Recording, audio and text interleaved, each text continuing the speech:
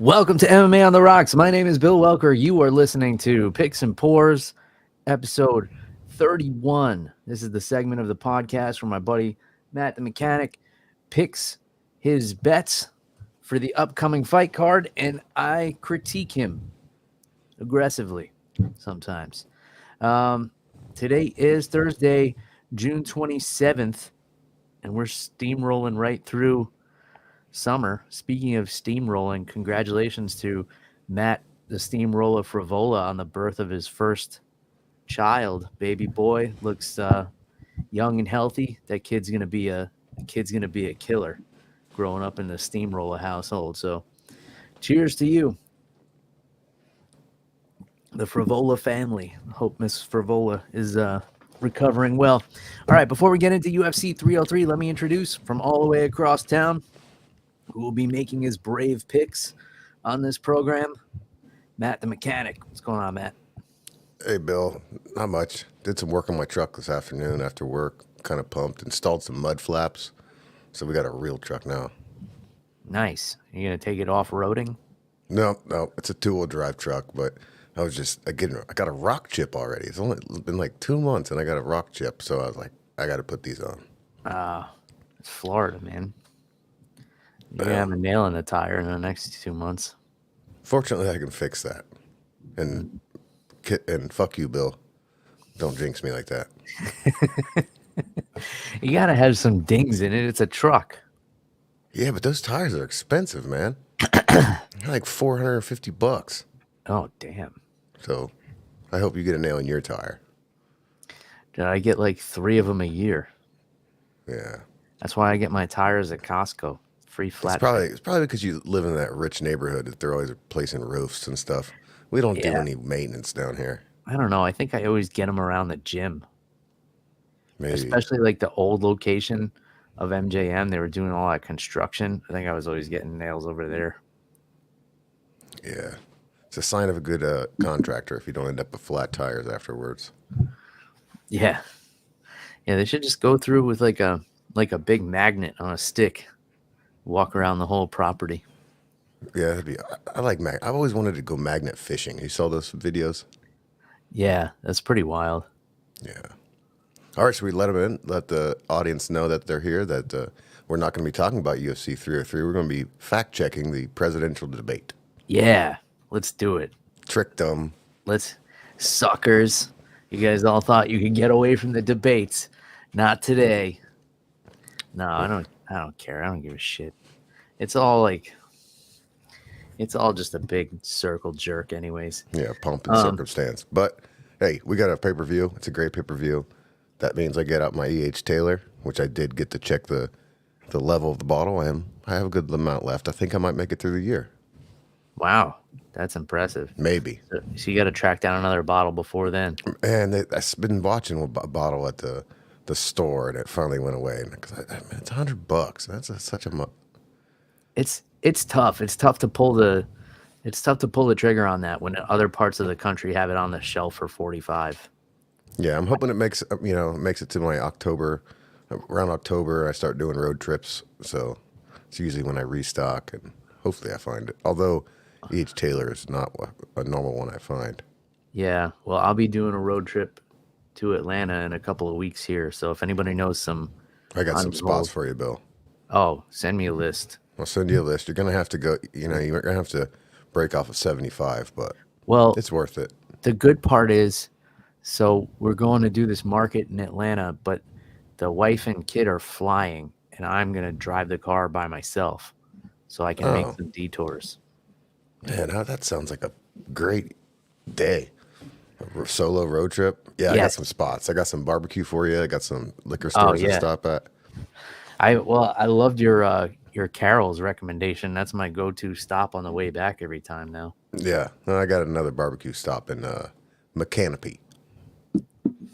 I went to that one, the one at the gas station. Oh, you went to that one. Yeah. Didn't like it too much, right? The food was good. We had a cranky kid that day. Yeah, it's not the best. The food is the only good part about that area, unless you like going to craft stores and stuff. Yeah, it's like out of a movie. Yeah, it's a weird town. Yeah. It reminded me of have you ever seen Funny Farm with Chevy Chase? No, Oh, this is probably one of my top 5 favorite movies. it's got Chevy Chase in it. If it was made in the '80s, it's probably pretty good. Yeah, it's hilarious. It's just one of those, you know, he's a sports writer in New York City, and he gives up his job to live his dream writing a novel. So he buys a farmhouse upstate, and just everything possible goes wrong. It's one of those. And Yeah, no, now that you say it, I might have saw that. yeah, you probably seen it. But he moves to a town called Red Bud, and that kind of reminds me of my canopy. Yeah, and imagine if you live there, you always having some sort of neighbor problem. Oh yeah, like, oh, the damn neighbors' goats ate my petunias again. Yeah, or they're shooting their crossbow and they miss and it lands in your house. I don't Yeah, know why I just thought of that, but yeah, there's arrows coming through the windows. yeah. All right, well, we got a pay-per-view to talk about. Yeah, let's talk about. Forget about who's going to be president of the United States. Let's talk about the real hero in Alex Pereira, who's saving now his second pay per view of the year, stepping in because Conor McGregor pulled out with a little boo boo. And ironically enough, Pereira is stepping in apparently with a broken toe or two as well. Um, I think and there's miscommunication there. He had a broken toe in the UFC 300 fight. oh, okay. And I want to talk to you about that. Have you ever broken your pinky toe? I don't know for sure. I mean, I have broken my pinky toe, and it was X-rayed and broken, and it was not as bruised as that picture that we saw, and that hurt like fucking hell. And I couldn't imagine trying to like. I understand if you're up and coming and you know you're Connor 2015, 14. I could see where you take that fight, but he's just in a different place, and I'm kind of on his side. Like, you're only going to do this once or twice more. You know, there also might be other things like what we discussed last week that are playing into this, but man, I don't think he should have to fight with that toe like that. Yeah, I mean, he never has to fight. I think the reason everybody's giving him shit is because he gave RDA shit for pulling out of their fight when he had a broken foot, like his whole foot was broken, and Connor just told him like to rub ibuprofen on it, and now he's got his little pinky toe injury. Yeah, And but luckily Connor's got the money that he can do that now. I don't know. yeah, sure. I mean, he doesn't have to fight. So The way I look at it is, I don't want to really talk. We don't need to talk about him, but I would love to. If it happens, I would love to watch another one of his fights. yeah, but is it gonna be? Is it gonna? Are we gonna see the same guy? Is the question. Probably no, we're not. We haven't seen the same guy in a while, but you And know, we've never seen somebody come back from that type of injury with the leg break and look good. Weidman wasn't terrible his last fight, right? I mean, it wasn't It's a great. weird. It's a weird. Connor will definitely be a better example because Weidman's a bit older. Yeah, I mean, Weidman came back and his first fight back got his other leg almost broken. And I imagine Connor has a better level of care than Weidman. Not that Weidman has bad Oh care, but yeah, well he dipped out of the USADA pool for a yeah, few months to make sure he he dipped out of take the USADA pool and never had to go back in. yeah. um, let's see. Marfellow says Connor photoshopped his toe in order to swap to the sphere card. I mean, yeah, the UFC seems to be putting a lot of eggs in that basket of the sphere card, but I would think they would want a Mexican born fighter to headline that since it's like the Mexican Independence Day card. Yeah, I don't know. That's weird. That was But part of my news I had. That is odd. all right, well, let's skip that for now because I want to get into this. Well, before we start, Mark did comment about my main event pick from last week, and I do deserve a bit of shame for that because I was totally off. Oh, And yeah, let's shame you. shame. That was bad. Shame on you. And I actually put together a clip of us talking about it, and then Whitaker knocking him out. He should play it. I mean, I missed that. I was totally off. I haven't posted it. I just like I've had a busy week because I'm What a getting ready perfect for this. uppercut that was. That was so nice. Oh, it was beautiful. It was like just right on the button, and it was pretty similar to the uppercut that Chimaev used to knock him out. Um. All right. So how did you do on your picks last week? Otherwise, Bad. all right. So let's see if you can bounce back this week.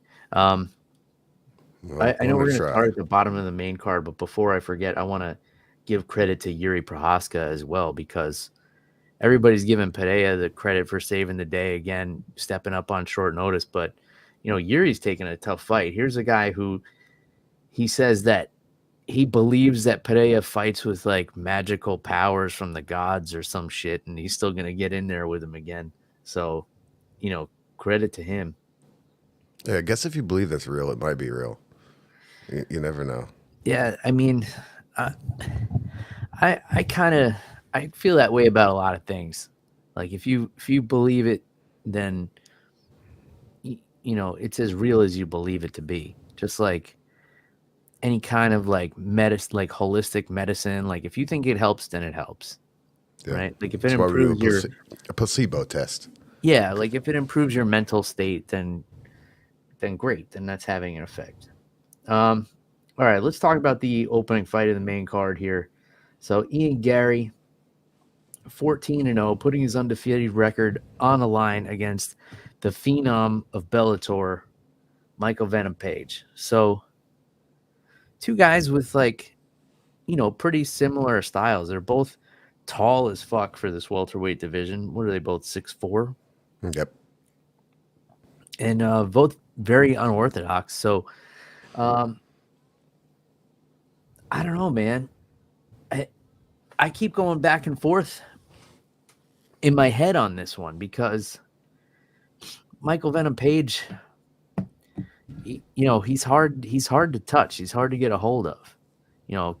Kevin Holland was basically fighting smoke when he fought him. Like he couldn't touch him. But he has been knocked out by Douglas Lima, and I don't think Douglas Lima has the level of striking that Ian Gary has, but at the same time, Ian Gary has been touched. And if Michael Venom Page can touch you, he's going to do damage. So, I don't know. What are the odds on this one? Minus 155 to Gary, plus 124 to Page. And I'm right in the same boat with you. I've been going back and forth. And then I remembered when this fight against Neil Magny, when we did our show, I said that I would never bet against Ian Gary until he loses. So I'm going to continue that trend, and I'm going to take Ian Gary. Oh, yeah. Hopefully he doesn't. Like I'm concerned that this fight might end up being boring and Ian Gary being tentative and just not much happening. But I'm just gonna. I made a statement. I'm gonna follow it. Well, I can almost guarantee you this fight will be boring because if there's a finish, it's going to happen in an instant, right? It's not going to Yeah. be one of these guys beating the shit out of the other. I don't think. I think it will be a chess match until one of them makes a mistake and pays for it with a knockout loss. So, I think it will be a fairly boring fight with a possibly fantastic finish, or it'll go to a decision. But either way, I don't see it being like a barn burner of a fight. It's going to be very technical. It's going to be, two guys kind of setting traps. It's going to be like the equivalent to striking for what most people see grappling. Like people who think grappling is boring, this is going to be the equivalent in the striking realm. Okay, so I'm gonna find this one pretty boring.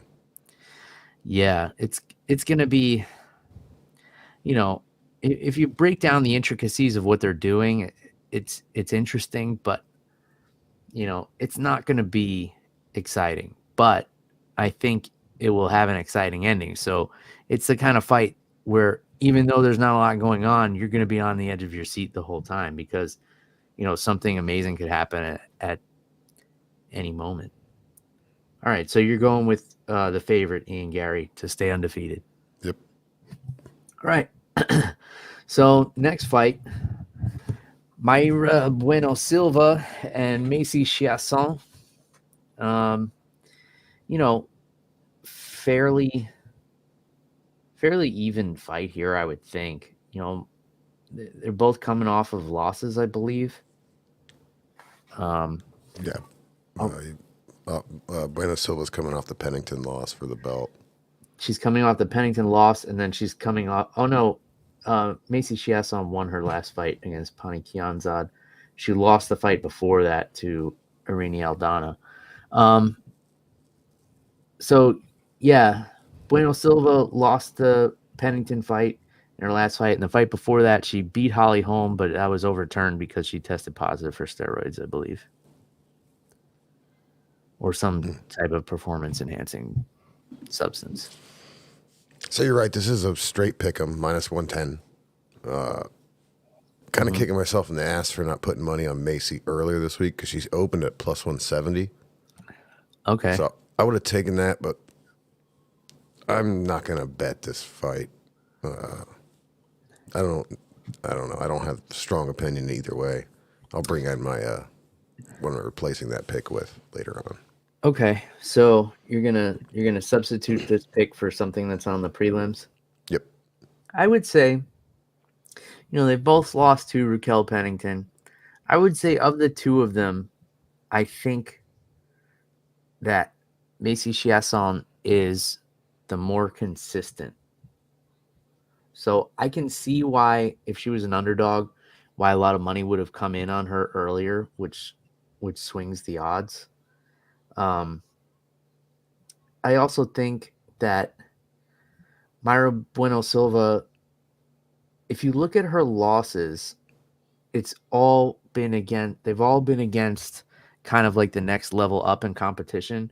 So she lost to Marina Moroz, she lost to Manon Fiorot, and she lost to Raquel Pennington.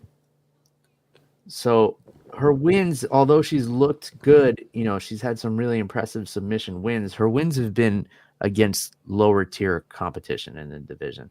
So I can definitely see why money would come in on Chiasson as an underdog.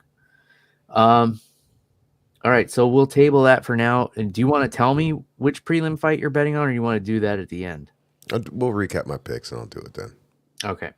So moving on, another last minute filler on this card, which is kind of the story of this card, where they're just trying to pack it up with names.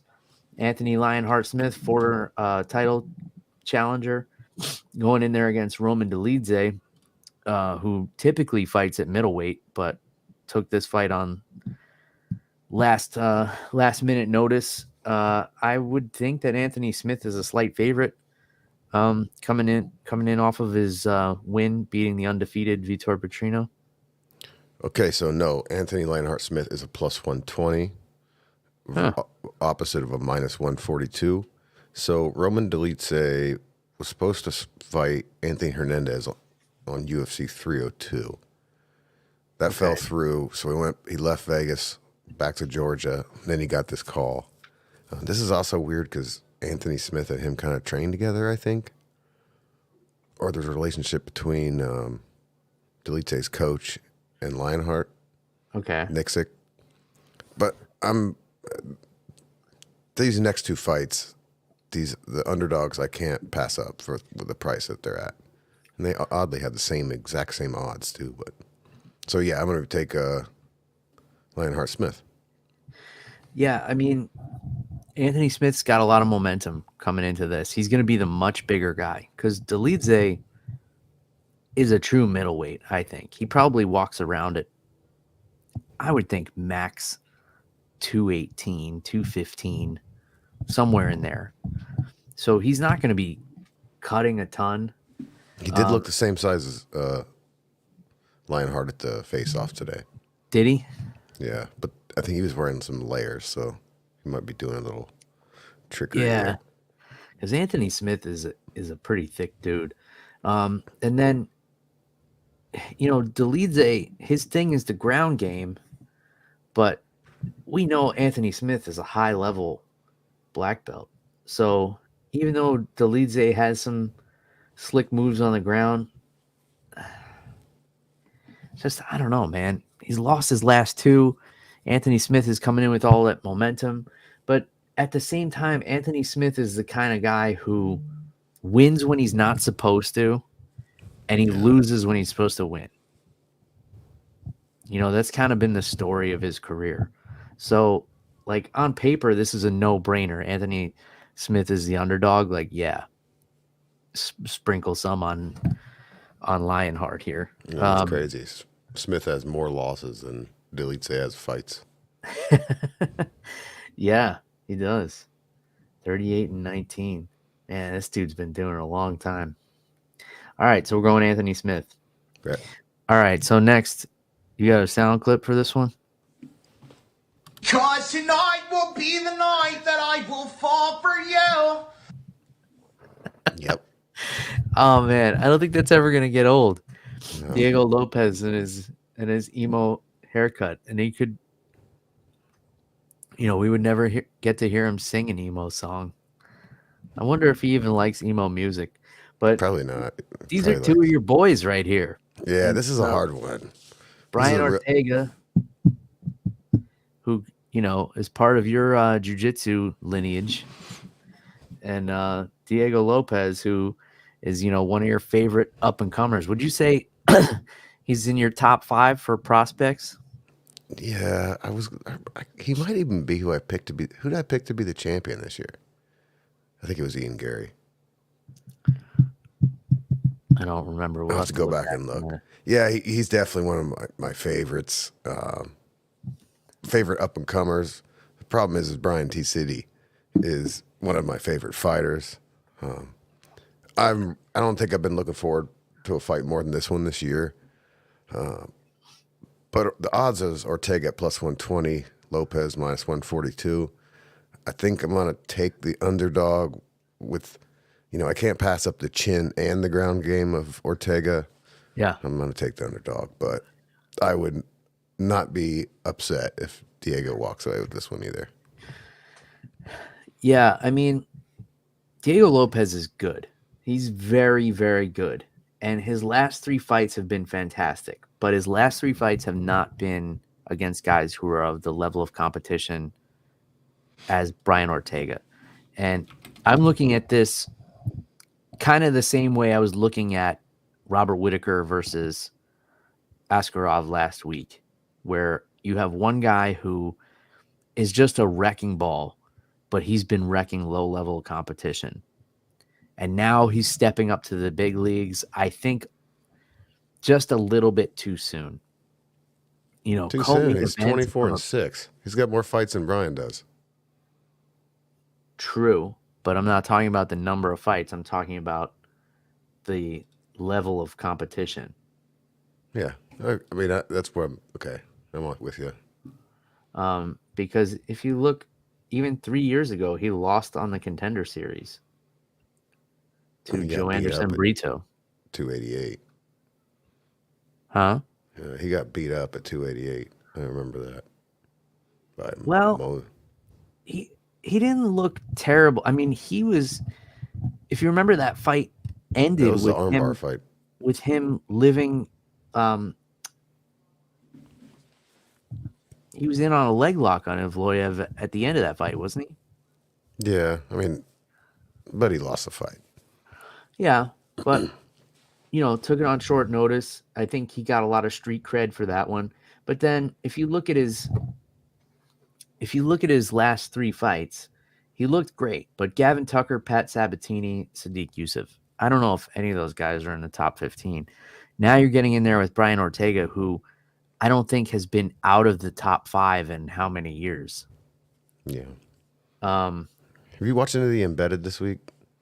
I have not. Ortega seems they They have the camera on him more than they usually do, but he's doing some weird shit where he's like training with tape on his mouth, and they keep I talking don't about like that. controlling emotions, and that one made me feel a little weird. And also surprised to find out that he's married. He is?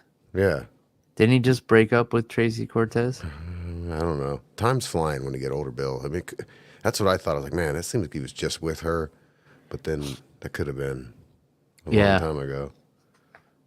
Yeah, in social media years, it was probably a decade ago. And maybe it seems like a long time for us, but Brian Ortega, he has a little more appeal than we do, so maybe it's a little easier for him. I'd imagine it's a little easier for him. Yeah, he's I got had a to work little on this more. shit for like 8 years before I got married. Yeah, he's definitely got a little bit more of the suave charm than both of us combined, I'd say. Yeah, in his eyes.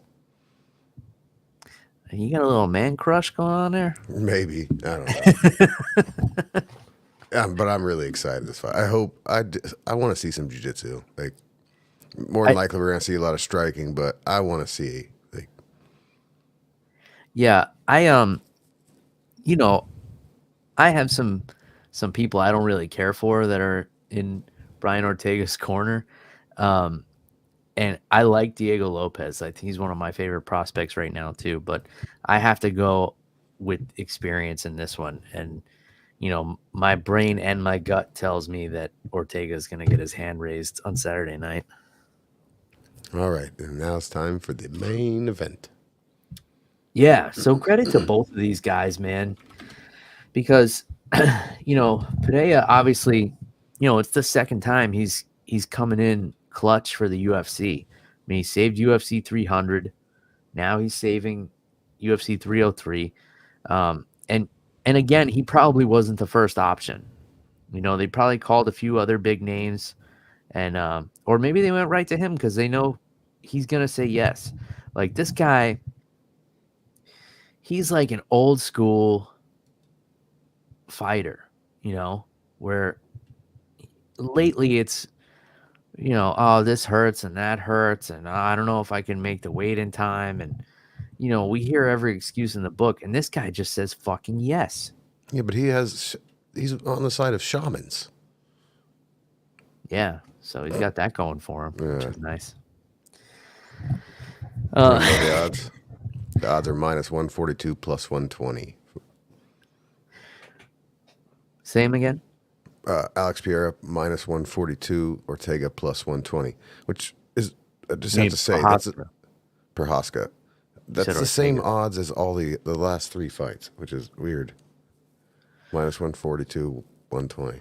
The odds makers got lazy. They're like, fuck it, just copy and paste for the last 3. I think that's cheap for Pereira. I agree. Yeah. And I'm as conflicted on this one as you are for the co-main event, because these are 2 of my favorites. I've been high on Prochazka since before he came to the UFC.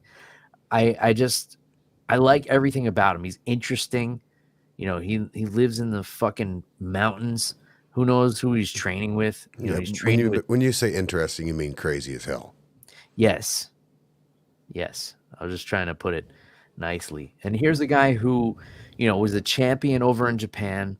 The UFC tried to sign him, and he was like, no, I want to get more experience before I come to the UFC. Whereas, a lot of guys would just jump on that opportunity and, probably take some losses and, never come back. He really, even though he was a champion, he wanted to make sure he really had enough experience to come over to the UFC. He's exciting to watch. He's unorthodox. Both of these guys are. And they both have the ability to end this fight in one shot. We've seen it from both of them. They're both very eccentric kind of guys. Like, people enjoy sharing clips. Like, you sent me a clip of Alex Pereira favorite Alex Pereira side quests, that guy's like so cool, man.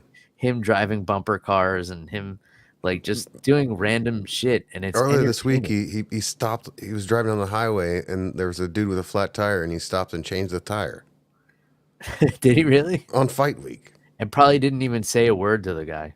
Nah, he was cool. He's like, yeah, hey, guy needed help changing his tire. Someone had help change his tire. Yeah, he was just like Shama. Have you noticed how, like, he grows his hair out a bit in between fights, and he gets it like the skin gets it cut down before the fight. But when he's not fighting, he always just looks like he just woke up. He's Yeah, always just kind of standing there. he He's has eating. this.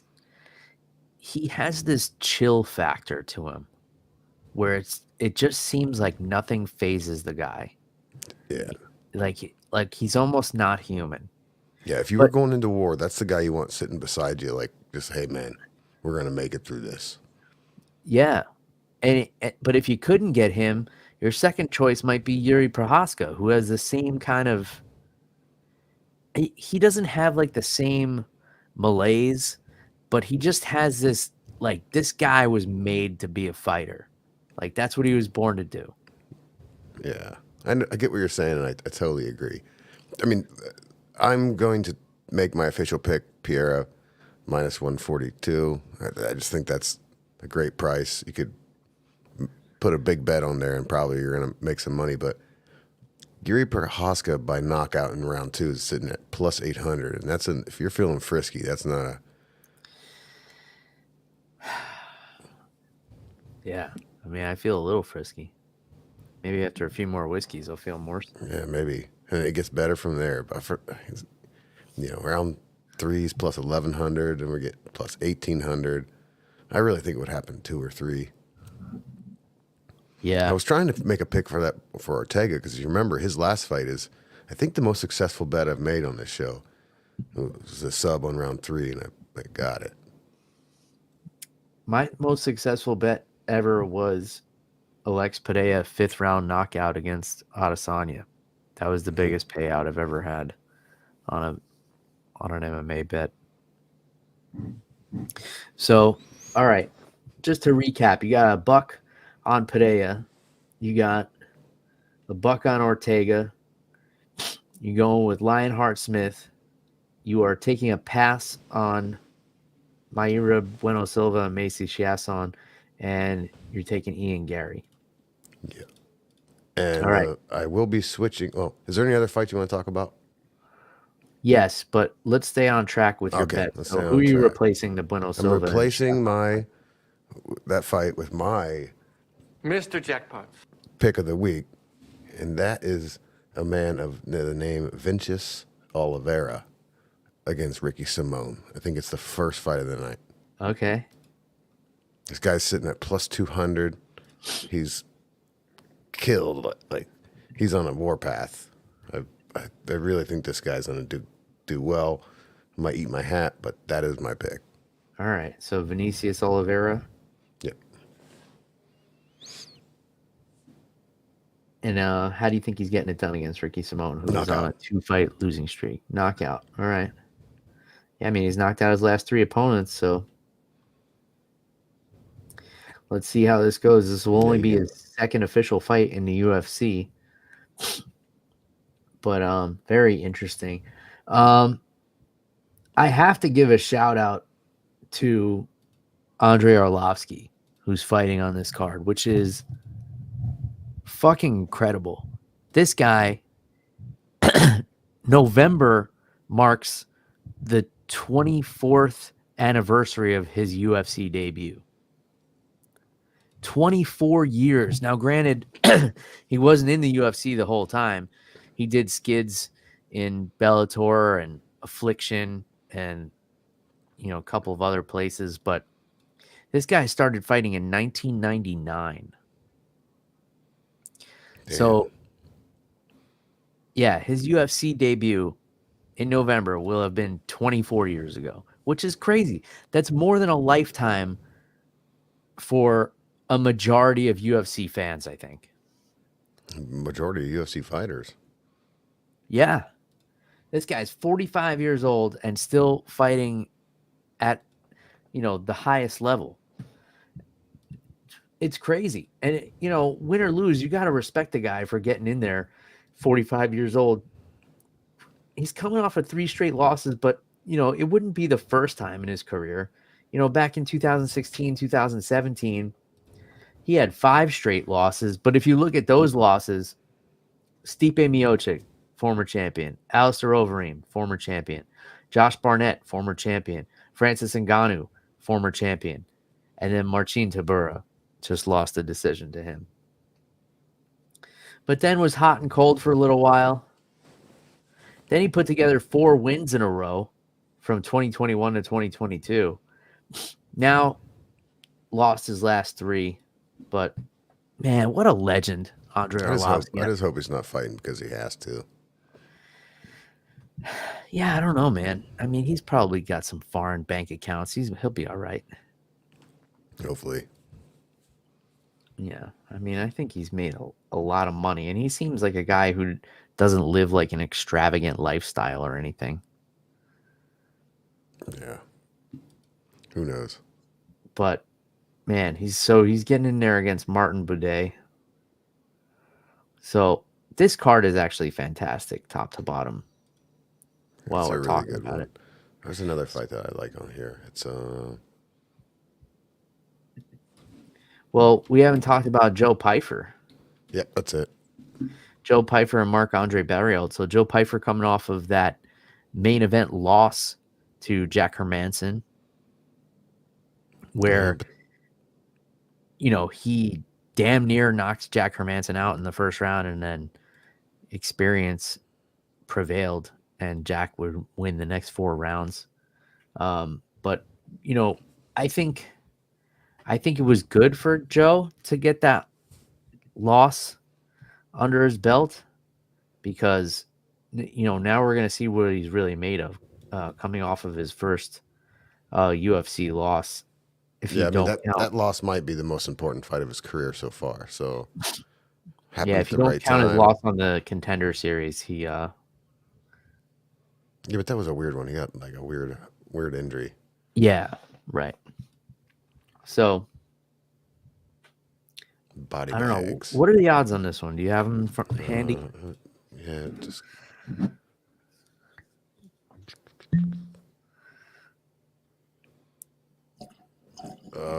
Joe Pyfer minus 290, opposite at plus 235. Okay. Yeah, I'm interested in that one. Marc-Andre Barriault, super tough dude as well. The other fight I like a few fights on the prelims actually. But Cub Swanson and Andre Fili is interesting to me. I feel like Cub Swanson is trying to make this a swan song or a Swanson song, pun intended. And he could definitely do it in this fight. Yeah, it just kind of seems like he's done, And here's another guy who has just been there, done that in MMA. He's been around a long ass time. 40 years old. This guy had his first fight in 2004, so he's been doing this for 20 years. That's a long time to be doing combat sports. Yeah, I was a junior in high school. In 2004? Mm-hmm. I was a sophomore in college, I think. Old fart. Yeah. Yeah, I'm up there. I mean, I'm the same age as Cub Swanson, so I'm just a year younger, a year and a month younger. So, yeah, it would be nice to see him walk away with a W, but Andre Fili is a guy who can definitely play spoiler to that.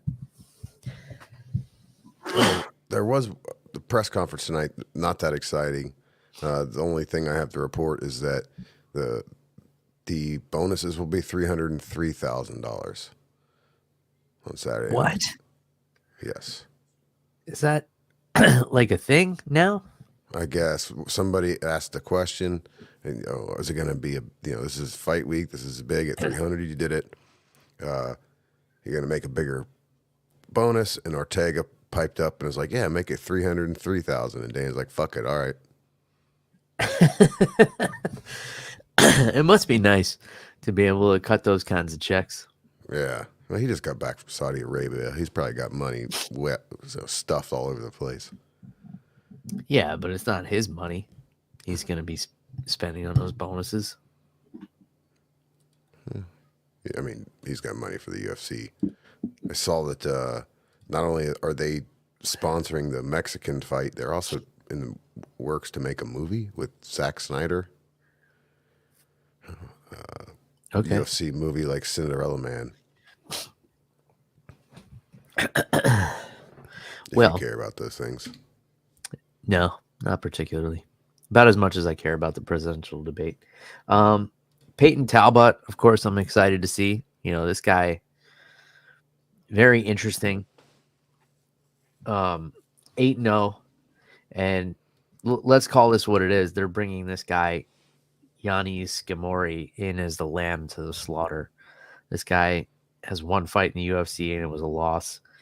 So they're looking to build up Peyton Talbot here, who is a big personality. He's got a lot of talent. He's super explosive.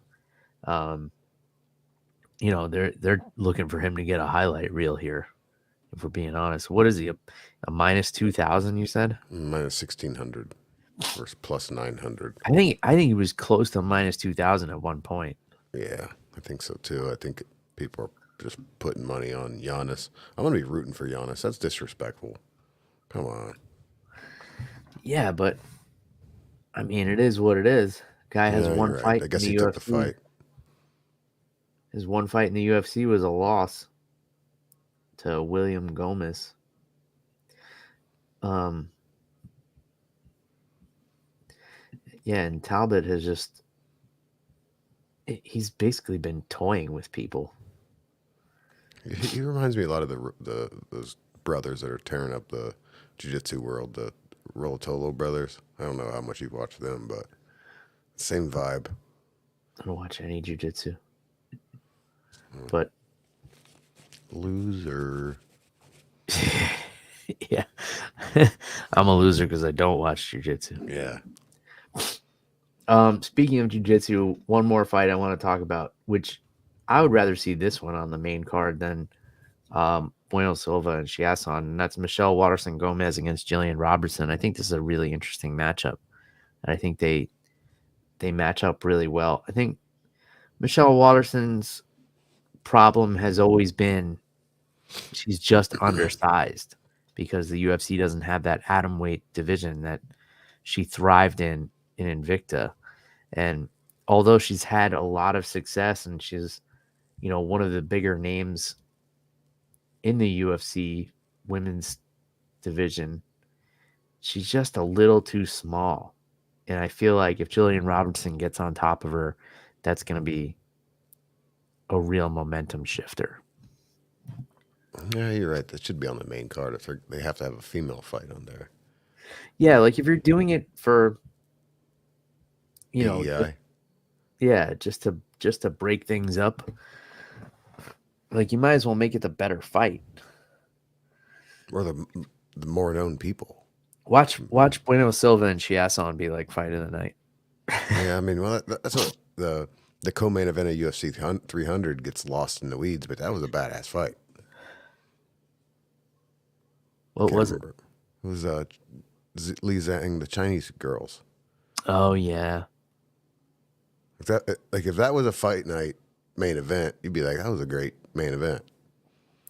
Yeah, but it's like how do you follow?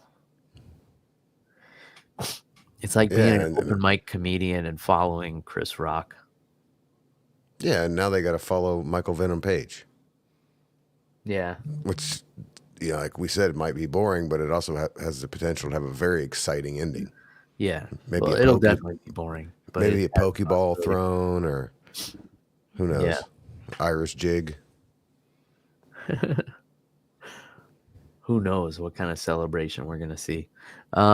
Those of you who are watching now live, wherever you are, YouTube, Facebook, X, you know, let us know who you think your lock is for UFC 303. If you had to bet the house on somebody, who are you picking And I'll ask you that question, Matt. I'll put you on the spot. You've got to bet your home on That's one easy. fighter from UFC 303. Who are you going with? It's Poton. All right. I still don't understand the minus 142. I mean, I guess I was way off last week, but I don't know. Like that just seems. If I had big dollars, I think I'd be laying a lot down. I don't know. If I had to bet my house, I think I might be going with Peyton Talbot. Is that like the coward's answer? No, because I think that's what the odds should be for the main event. I mean, maybe not that high, but What? not that high. I mean, let's split the difference. But I mean, it should be much different, much more than what 300 points. Why? I don't know. I mean, it's because the guy's scary. He doesn't seem to. I mean, Yeah, but it'd also Yuri be is really. scary too. You got to Yeah, he remember is. when he lost to Pereira, that was his first loss in like 9 years. I don't know. I think with Pierre, we're dealing with the pound for pound champion, possibly the first 3-time. Yeah, but he got knocked out by Adesanya at a weight class below. So why can't Yuri land a shot that could knock him out? Oh, Yuri could definitely land that shot. I mean, I don't know. 142 seems really cheap. Yeah. I mean, of the two, Yuri's probably a little more hittable, but he has been knocked out by Pereira before. The guy's a crazy son of a bitch. He tries to get bit by penguins. Yeah. I mean, They're both fucking crazy, man. They're both like you could make a whole new like Curb Your Enthusiasm sub-series on these two guys. but I don't know. I'd put Yuri a little bit on the crazier side. Like, I could share a hotel room with Piera, and I'd be all right sleeping with if Yuri, I'd be like, all right, I'm gonna go in the bedroom or like the bathroom and lock this fucking thing because I don't know what's gonna happen. But you'd feel safe with Poetan? Yeah, I feel like he'd just he'd be all right. All right. Seems like a pretty normal dude. That's also a killer. Do you have a hot take this week? Yeah, I got some news in it. It's not the greatest hot take, but I'll give it to you. Okay. So the Nevada State Athletic Commission suspended Armin Sarukian for the assault on the fan at UFC 300. Do you remember that? Yeah, vaguely. He just kind of slapped a guy on his way out. Yeah, he's on his way out, and the guy, there was like rumors that he spit on him, but it seems like he just kind of gave him the bird and might have said something offensive that relates to world events that are going on. And Armin kind of threw a punch and kind of totally freaked the guy out, and he fell back. It's kind of unsure whether or not he hit him or not. Like, I kind of looked like I hit him, but anyway. I mean, he swung at him. He swung at him. He says he was a fake punch, but you're right, he might have missed. So he got a 9-month suspension and a $25,000 fine. He can reduce it to 6 months if he participates in an anti-bullying public service announcement. So that's also the same punishment Khabib got for the Conor incident, except it was a $500,000 fine. The interesting thing is that if this fight if he makes the public service announcement, that would make his suspension over 10 days before the October 26th card in Abu Dhabi. Okay. So he could fight. What's his name? Islam for the belt. So my hot take is that he has already made that video, and that is his UFC 300 walkout.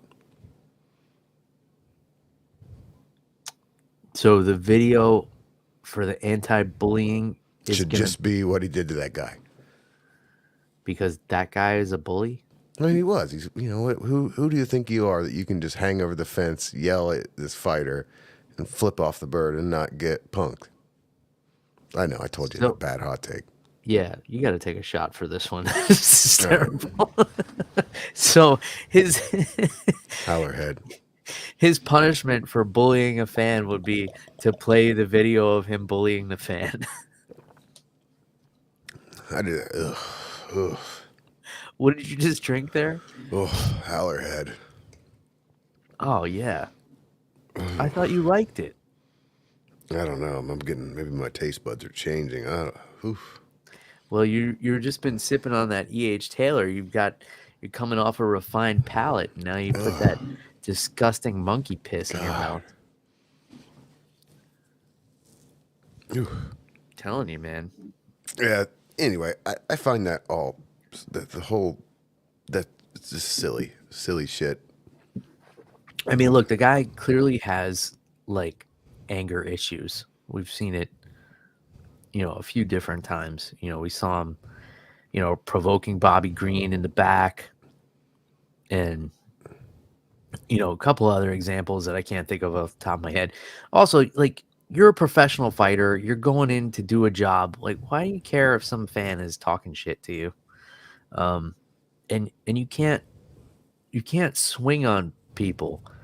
Even if it's a fake shot, like, you just can't.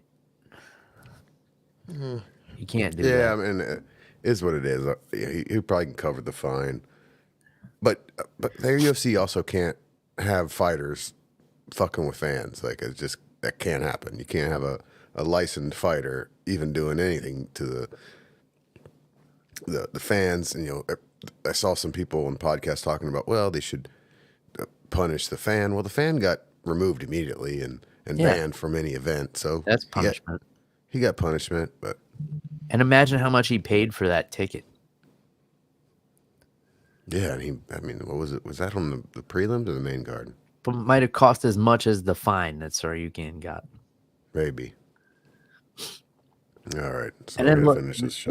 what if Saryukin goes over, tries to slap him, and hits his hand on the guardrail and dislocates his finger or something and can't fight? Yeah, that would go right up there with the Johnny Walker fish or whatever that was. It'd be worse because it'd be happening before the fight. Yeah, just punch that. That would be interesting. But also, if you have the privilege to be at a UFC fight, don't be flipping off the guy that's going into the cage to fight somebody. I mean, Chael Sonnen would disagree with that because he says, I go to events to boo people. Booing's fine. Don't be hanging over there talking Yeah. about some, sensitive subjects. Yeah, I suppose. On a brighter note, From what I heard, he said something that would get us kicked off YouTube faster than talking about the debate that's going on tonight. So, well, I've been kicked off YouTube for doing nothing, pretty much, or at least I think I've been doing nothing, and I've been kicked off Facebook for less. So that's not saying a whole lot. But let me give a shout out real quick here to Asif Sadiq, who says, "Yo, this randomly came on my feed. It's like 7 a.m. All I'm gonna say is keep going. You lot sound better than half the scene." Cheers, Asif. Thanks, man. I don't know where you are at 7 a.m., but it's somewhere on the other side of the world. So cheers to you. welcome. Thanks for tuning in. Thanks to everybody who's tuning in tonight and skipping the presidential debates for to listen to us talk about the real important issues. Yeah, like Paige Van Zant making her slap debut tomorrow night. Is she really doing that? Yep. Oh man, somebody's gonna slap the Botox out of her face. Yeah, that's oof. Why is she doing that? She doesn't need to do that. I thought she made more money on OnlyFans than she made fighting. Yeah, who knows? Yeah, I mean, maybe if she has to resort to that, then maybe the OnlyFans industry isn't doing as well. But or maybe as the karate hottie said, is she's got bigger balls than me. Did she say that about her? Yeah. I would never do that shit. Hell no. There's no way. Although, it, more likely than I would do that, I saw one. There's a new one that came out, and it's basically guys that just exchange leg kicks back and Yeah, forth. no. I would slap before that. Really?